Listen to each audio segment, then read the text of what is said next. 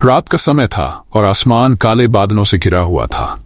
गांव नागवारा के पास एक घना जंगल था जिसमें जाने से लोग हमेशा डरते थे। कहते हैं कि उस जंगल में चंद्रमुखी नाम की एक सुंदर युवती की आत्मा भटकती है, जिसकी मौत रहस्यमयी तरीके से कई साल पहले हुई थी। उसकी आत्मा को चैन नहीं है और वह किसी की मदद का इंतजार कर रही है। लेकिन ये केवल चंद्रमुखी की आत्मा की कहानी नहीं थी। गांव वालों का कहना था कि जंगल में एक अघोरी भी रहता था जो अपनी तंत्र मंत्र की साधना से आत्माओं को मुक्ति देने का काम करता था। वह अघोरी एक रहस्य था, कोई जानता था तो कोई उसे मात्र एक किस्सा मानता था। परंतु अघोरी और चंद्रमुखी की इस रहस्यमयी कहानी के पीछे का सच बहुत कम लोग जानते थे। अजय गांव का एक नौजवान हमेशा रहस्यमयी कहानियों की ओर आकर्षित रहता था। जब उसने चंद्रमुखी और अघोरी की कहानी सुनी तो उसका मन बेचैन हो गया। वह ये जानने के लिए उत्सुक था कि आखिर इस कहानी का सच क्या है। अजय ने अपनी दादी से इस कहानी के बारे में पूछा।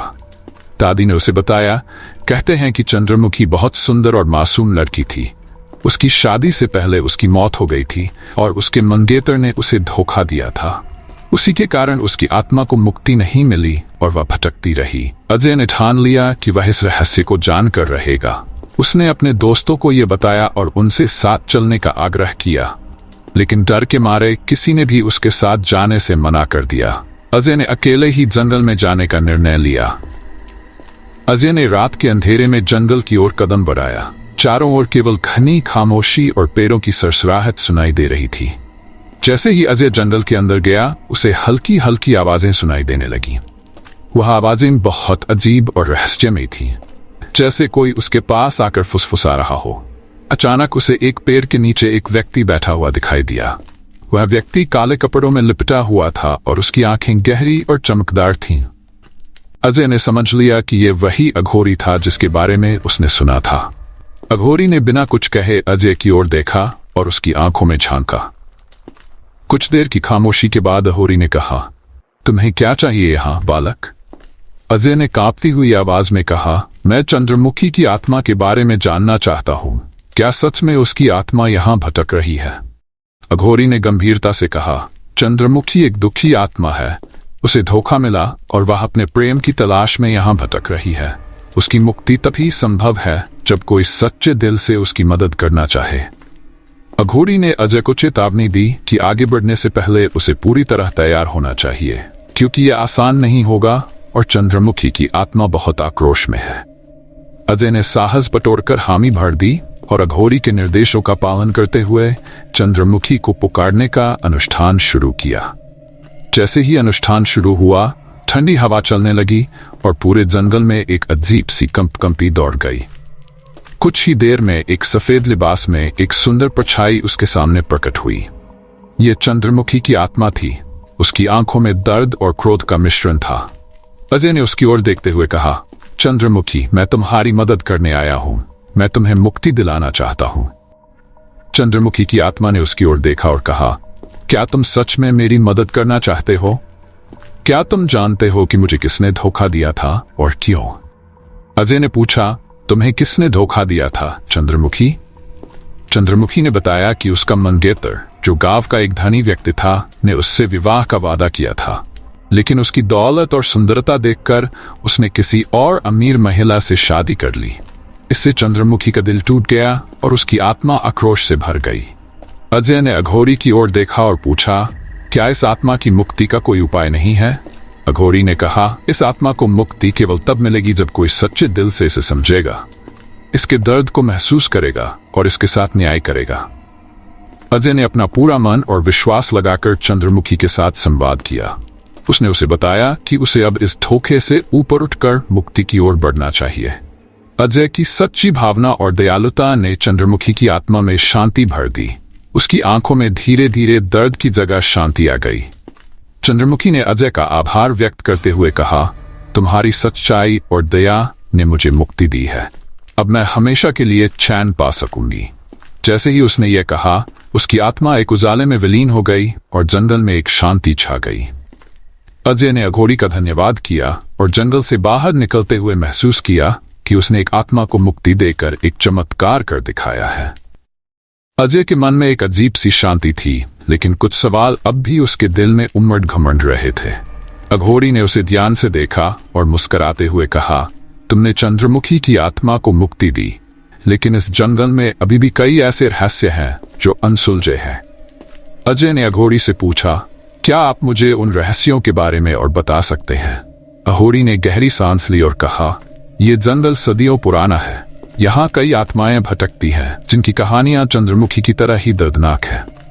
अजय के चेहरे पर हल्की जिज्ञासा थी। उसने कहा, क्या मुझे उन आत्माओं की भी मदद करनी चाहिए? क्या मुझे उनकी भी मुक्ति का प्रयास करना चाहिए? अघोरी ने गंभीर स्वर में कहा, हर आत्मा की मुक्ति उसके समय और उसके कर्मों पर निर्भर करती है। तुम्हारा हृदय नेक है, लेकिन हर आत्मा का दर्द सच्चा नहीं होता। अघोरी ने अजय को कुछ और तंत्र मंत्र सिखाए ताकि अगर कभी कोई आत्मा उसके सामने आए तो वह उसे समझ सके और उसकी सच्चाई को पहचान सके। अजय ने अघोरी का आशीर्वाद लिया और धीरे धीरे गांव की ओर लौटने लगा।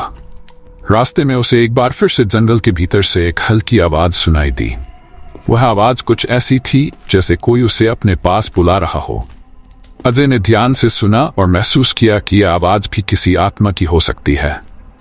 वह जिज्ञासा से भरा हुआ उस दिशा में बढ़ा जहां से आवाज आ रही थी। जंगल के एक पुराने पेड़ के पास पहुंचकर उसने देखा कि वहां एक औरत की धुंधली परछाई खड़ी थी। उसने कांपते हुए पूछा, कौन हो तुम? उस परछाई ने धीमी आवाज में कहा, मेरा नाम मीरा है। मैं यहाँ कई वर्षों से भटक रही हूँ। मुझे विश्वासघात का शिकार होना पड़ा और मेरी आत्मा इस जंगल में कैद हो गई। अजय ने पूछा, क्या तुम भी मुक्ति चाहती हो? मीरा ने हाँ में सिर हिलाया और कहा, मेरी आत्मा को तब तक शांति नहीं मिल सकती जब तक मेरे साथ हुए अन्याय का हिसाब नहीं होता। अजय ने फिर से साहस बटोरते हुए कहा, मैं तुम्हारी मदद करने के लिए तैयार हूं। कृपया मुझे अपनी कहानी बताओ। मीरा ने उसे बताया कि उसका भी किसी ने विश्वासघात किया था और उसकी मौत रहस्यमय ढंग से हुई थी। वह व्यक्ति जिसने उसे धोखा दिया अब भी इस गांव में रहता है, लेकिन उसे इस पाप का कोई पछतावा नहीं है। अजय ने गांव लौटकर मीरा के उस धोखेबाज व्यक्ति की तलाश शुरू की। उसे पता चला कि वह व्यक्ति अब भी गांव में एक सम्मानित जीवन जी रहा है, लेकिन किसी को उसकी पुरानी करतूतों का पता नहीं था। अजय ने उस व्यक्ति से मिलने का साहसिक निर्णय लिया और उससे जाकर कहा, तुम्हें मीरा की याद है? उसने तुम्हें सच्चे दिल से प्रेम किया था और तुमने उसके साथ विश्वासघात किया। वह व्यक्ति अजय की बातें सुनकर चौंक गया। उसने अजय से कहा, यह पुरानी बातें हैं, अब उनका क्या मतलब? अजय ने दृढ़ता से कहा, तुम्हारे पापों की वजह से एक आत्मा आज भी भटक रही है। अगर तुम्हारे पास थोड़ी सी भी इंसानियत बची है तो उस आत्मा की मुक्ति के लिए प्रायश्चित करो। वह व्यक्ति अपने पापों की सच्चाई समझने लगा और उसने मीरा से माफी मांगने की ठानी। अजय ने अघोरी से सीखे मंत्रों का सहारा लेकर मीरा को फिर से आह्वान किया। जैसे ही मीरा की आत्मा प्रकट हुई, उस व्यक्ति ने उससे हाथ जोड़कर माफी मांगी और कहा, मुझे मेरे पापों का पछतावा है। मैंने तुम्हारे साथ जो अन्याय किया उसके लिए मुझे माफ कर दो। मीरा की आत्मा ने धीरे धीरे शांति महसूस की और एक चमक में विलीन हो गई। अजय ने राहत की सांस ली और महसूस किया कि उसने एक और आत्मा को मुक्ति दिलाई है। अजय की ये कहानी हमें सिखाती है कि न्याय और सच्चाई के सामने बुराई कितनी भी बड़ी क्यों न हो, वह हमेशा हारती है। अजय का साहस और करुणा गांव के लोगों के लिए एक प्रेरणा बन गई। वह लोगों को ये सिखाने में सफल रहा कि हर आत्मा की शांति और मुक्ति का अधिकार होता है, चाहे उसकी कहानी कितनी भी पुरानी या दर्दनाक क्यों न हो। अजय का जीवन अब केवल उसकी अपनी नहीं रहा, बल्कि उसने अपने नेक इरादों से अनगिनत आत्माओं को एक नया जीवन दिया। और ये कहानी यहीं समाप्त होती है, लेकिन अजय की दया और साहस की ये कथा सदियों तक गांव के लोगों के दिलों में जीवित रहेगी।